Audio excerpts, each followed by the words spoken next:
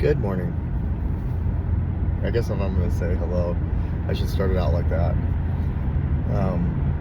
Today started off a lot better. You know, the cool thing about bad days is they only last one day. And sometimes they only last a few hours. So I'm really grateful that every day I start my day new.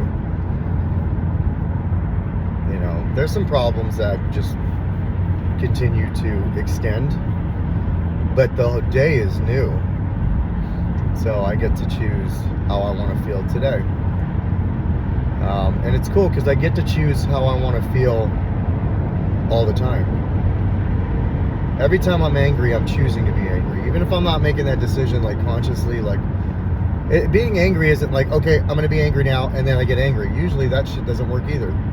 Like, have you ever told yourself, let's get angry, and then you're as angry as when something happens and you get some information, you're just mad as fuck? You know, like, you feel like you didn't have that choice. You did. I did. Sorry, let me rephrase that. I did. Anytime I get information that makes me upset, I'm choosing to stay upset. You know, I've heard that anger is a healthy feeling. Staying angry is not. So, I don't know. Then I'm healthy as fuck all the time. But it's interesting. I heard a counselor say this. He was talking to everybody, and he said, I want you to imagine your first car.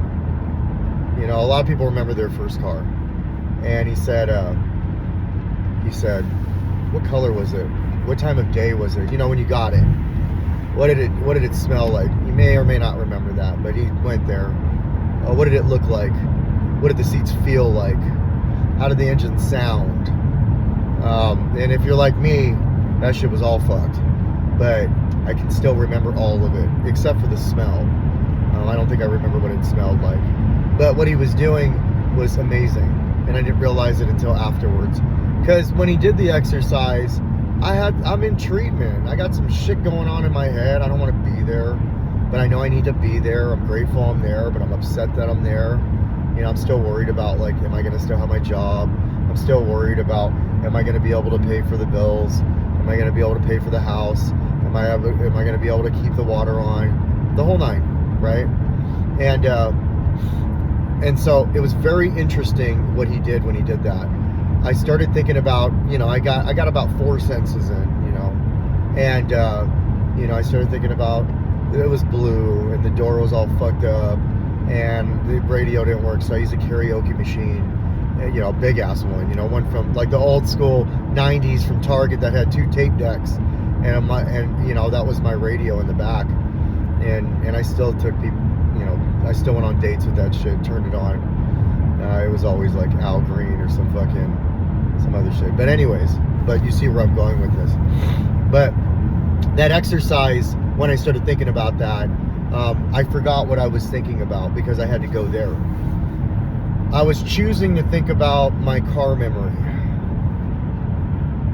And he said, so when we say that, you know, we don't choose to feel this way or think this way, we are. And we're choosing to stay in that moment.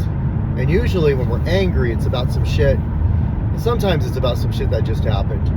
But everything that just happened is now the past, right? If you think about it, there's no such thing as the present. It's all about to be the past or about to be the future. So it's really just the moment that we stay in. And you can only stay in it for not even a second. So it's really interesting to think of it that way. I really like a gentleman by the name of Alan Watts. I think that his way of thinking and his philosophy is amazing. If you're not really feeling him, he'll put your ass to sleep. But I do like a lot of his ideology in terms of how to think about things. Like, you know, 100 people see you differently, and you see yourself differently, and when you look in the mirror you see yourself differently, and you know, there's all these images of you and how you are, what they see in you, and it's really almost impossible to figure out what the real is. so like tripping on like all of the negative when 5 people are going to think 5 different things and you think they all are thinking the same thing is really not conducive to just focusing on how you see yourself, because no matter how you see yourself, people are going to see you differently. So if you're trying to make people see you a certain way, no matter what you do, they're going to see you a certain way. There's nothing you can do about it, even if you're doing really good, because you're going through whatever you're going through. And you don't always, like, I don't always have to be going through bad. Right now, I mean, like, I'm close to 6 months, so it's all going to be like up and down, and usually down, or usually, sad. But in time, as I continue to work this like a muscle, gratitude will just kick in. I shared about this in a meeting yesterday, that I had an experience with somebody where I wasn't doing well, and I went to a birthday meeting. Somebody had 26 years, and I don't want to like blow somebody's anonymity, so I'll just say that at 26 years, I needed to be there for them. And 26 years, man. And I was there. I wasn't loaded, contrary to popular belief, but I was withdrawing, and I wasn't doing good. And maybe withdrawing is a form of being loaded anyway, so maybe I'm wrong there. And the more I think about it, I wasn't good. I wasn't in a good place. I didn't want to be in there. And I saw somebody who gave me a hug and sat next to me. And just that gesture of giving me a hug and sitting next to me made the difference for me to stay. It made me feel comfortable. I was in the back corner. And I talked to them, and I don't think they quite remember doing it, which tells me everything about how I want to be, right? Like, if you think about it, this is a person who does this on a regular basis. It's how they live their life. It's how they are. And so what might be detrimental to me might just be an act of normalcy to them. And that's the true essence of where I want to be in life. You can give somebody more than money and help save their life, and make that difference that carries that person for years to come. I mean, that was almost, well, I mean, with 6 months here, that could have been 2 years ago, for all I know. Maybe a year and a half ago, maybe a year ago. But what really matters is that it was, a long time ago, in terms of this small journey that I've been on, that season of my life. I like that life is in seasons. Like, you have different seasons of your life, but you can also make a winter season very long. It can last for years if you choose it to. Or you can change the season right now, immediately, by changing everything. Like, if you change the people you hang out with, when I change the people I hang out with, when I change the environment I'm in, when I change the little things and the big things that I do on a regular basis, like sleep in, don't fold my clothes, don't hang them up, don't shower, don't do all of these things that, this system that I have going on, this process that I have going on that I do regularly, where if you don't do it, you feel uncomfortable. I like it when my bed is not made yet. The first thing I should do is get up and make my bed, but I do make my bed every morning. I get up and I go right to the shower. And in the shower, I'm thinking, fuck, I should have made my bed. So then I make my bed. But then when I leave the house, I'm not upset that I didn't make my bed at the certain time. But if I weren't to make my bed, then that would carry on. And I like that struggle versus fucking getting loaded. Way better. And so you do these things more and more, and you make them consistent, and all of a sudden they become part of your life. And then all of a sudden I'm giving a hug to somebody at a meeting that I didn't even realize needed that hug the way I gave it to them, or they just needed that hug. They wanted to feel accepted, even if it was for a second, even if it was for like a 2-second hug, and sit next to, even if they're uncomfortable in their own skin. And then they go on about their day, and I go on about my day, and then all of a sudden the things that I have going on in my life carry in, and I'm not even thinking about it, and that person is feeling like, okay, they don't fucking all hate me. At least they don't all hate me. And then the more and more you go, the more and more you realize none of them hate me. They don't hate me. They just want me to be better. I once heard somebody say that this thing that I'm doing is a cult. And I wonder if people believe that. You know, when I think of cult, I think of David Koresh. When I think of cult, I think of this guy who called himself, I think it was Job. It was Doe. He called himself Doe. He killed all the people that were with him. They all drank poison. He said they were heading up into the afterlife, and they all just bought into it. What I do, where I go, the last thing they are about is self-harm. And the last thing they are is about harming others. As a matter of fact, it's simple. There's this story that I read about a boy and a father. And the father finds opens up a magazine and sees in the magazine a picture of the world. So he pulls the piece of paper out, tears it up into pieces, calls his son over. His son asks him, what's up? And he says, son, here's a piece of tape, or here's a tape dispenser, and here's all of these pieces of the world. Now go put it back together. And so the son takes that task gladfully, goes into his room, and in about 15 minutes, he brings him back the page, all taped up, back together. His father looked at him and said, that's amazing. You did that in like 15 minutes. I thought that would take you all day. How did you do that? And the son said, it was easy. When I flipped the pieces over, I noticed it was a picture of a man. I put the man together and the world fixed itself. The program that I'm in is just that. Man or woman, sorry. And they. If we fix ourselves, the world will fix itself. But if like only one of us is fixing ourselves, nothing's going to happen. So I'm in a program where people like me have been they've been the paper rippers of that puzzle. I have, at least. I wasn't doing anything to make the world a better place. I wasn't doing anything to make my children's lives a better place.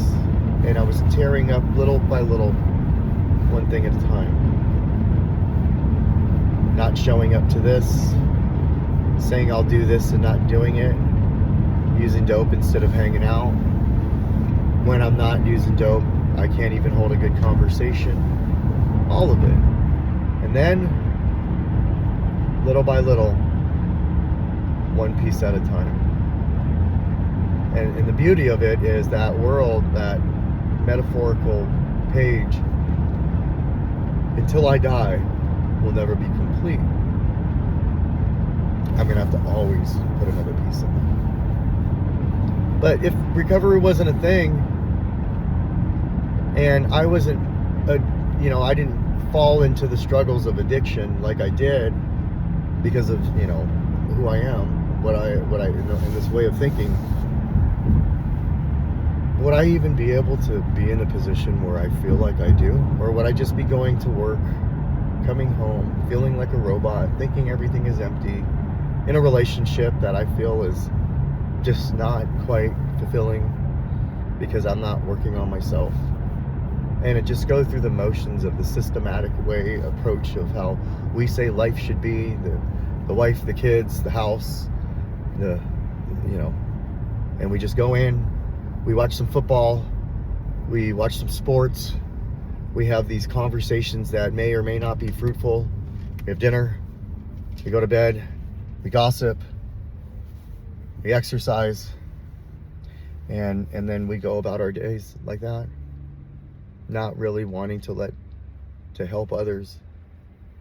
I don't know if that's the systematic approach to life, but I do know this: the more I fix myself is definitely a correlation to how I want to help others, because I keep what I have by giving it away. And if I can help one person, and that person can help one person, and that person can help one person, and we all have this like-minded approach to life where we all just want to help others. When you help somebody for not something, there's something that it does in you if you're not searching for it. See, if I do something for somebody with the expectation of something in return, the real, it doesn't have to be money. It doesn't have to be they're going to help me do something here soon. It's just I'm going to help somebody every day.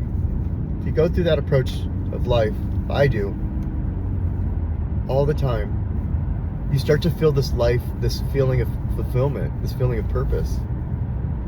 If you can do it outside the realm of what you have to do anyways, like take care of your kids, or take care of my kids, and not evade the responsibilities that I have just to do that, but do that so I can do the responsibilities I have. Well, there's a amazing concept.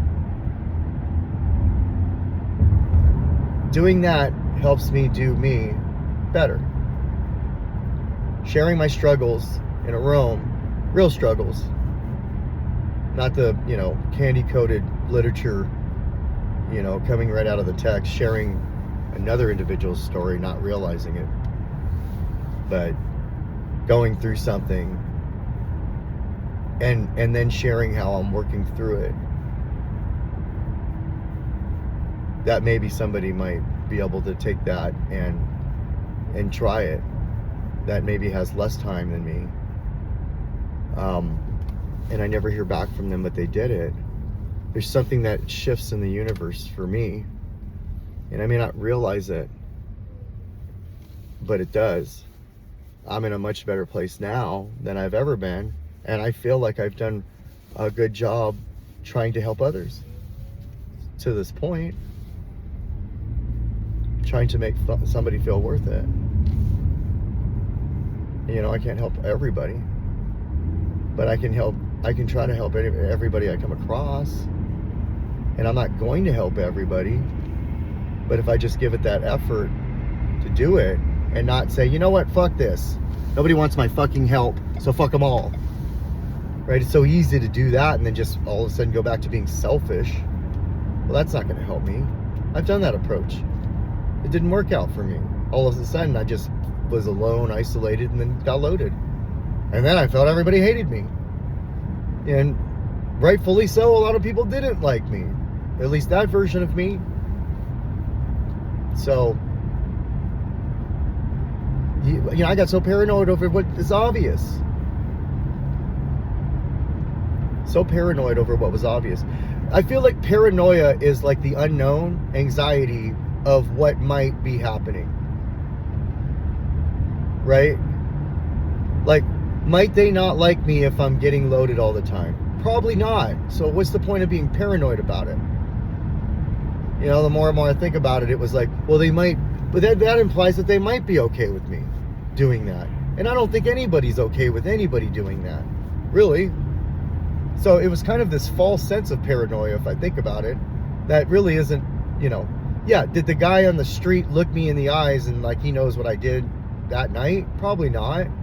But thank God I felt that way, so at least it made me feel enough pain to where I could break down on my knees and say I need help. Oh, I'm so grateful that I wasn't just running around like, well, nobody gives a fuck, I'm gonna just keep doing what I'm doing. Who cares?